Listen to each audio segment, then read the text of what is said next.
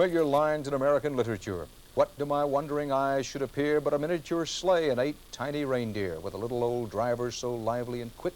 I knew in a moment it must be St. Nick. And so we all thought we knew how Santa Claus arrives each Christmas. But as Charles Kuralt learned on the road in New England, Santa's flight takes many forms, always toward the light. This is a story about light and about tradition. It begins in 1927 when a pilot, lost in bad weather off the coast of Maine, spotted the faint gleam of a lighthouse, turned toward the light, and taking his bearings from lighthouse to lighthouse, was saved. In gratitude, that Christmas, and on Christmases that followed, Captain Bill Winkapaw flew over each of those lighthouses and dropped off a bundle of gifts for the station keepers and their families.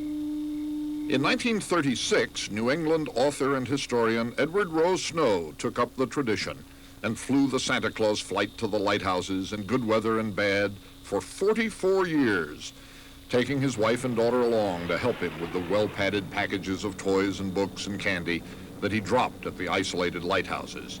His daughter, Dorothy, will never forget the thrill. You know, it would just be very windy and noisy, and you'd go along and you'd see him go right out the window like that, and then again, and then he'd say, they got it, and he'd be so excited. And my mother would say, now, Edward, don't lose your hat, come back in here. Thank you for the things you sent down. I wish I could have seen the package fall. Anna Merle Snow has kept all the letters from Halfway Rock and Monhegan, Cuttyhunk and Nantucket, from children in lonely places. I saw you drop the package over Eastern Point Light, and I was the one who got it. I bet you make a lot of children happy. I am 14, and even I enjoyed it. Mrs. Snow remembers watching the young bride of the lightkeeper at remote Gurnet Light off Plymouth. She was out there, and it was her first year married, and she was so lonesome. And when she saw the plane coming, she ran out and she danced up and down. And then when the package landed, you could see her feet going. She was running as fast as she could to get it. And she held it up way over her head, and you could just feel the joy that she had at that lighthouse. It really was very nice. And it made us feel good, too, you know.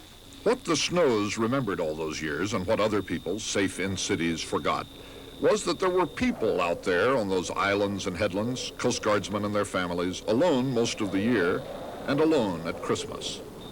Edward Rose Snow died in 1982, but the Santa flight was too splendid a thing to die. And that is why this year, Santa came again to the lighthouses of New England, under the sponsorship of the Hull Life-Saving Museum now, and again the shouts of wild anticipation,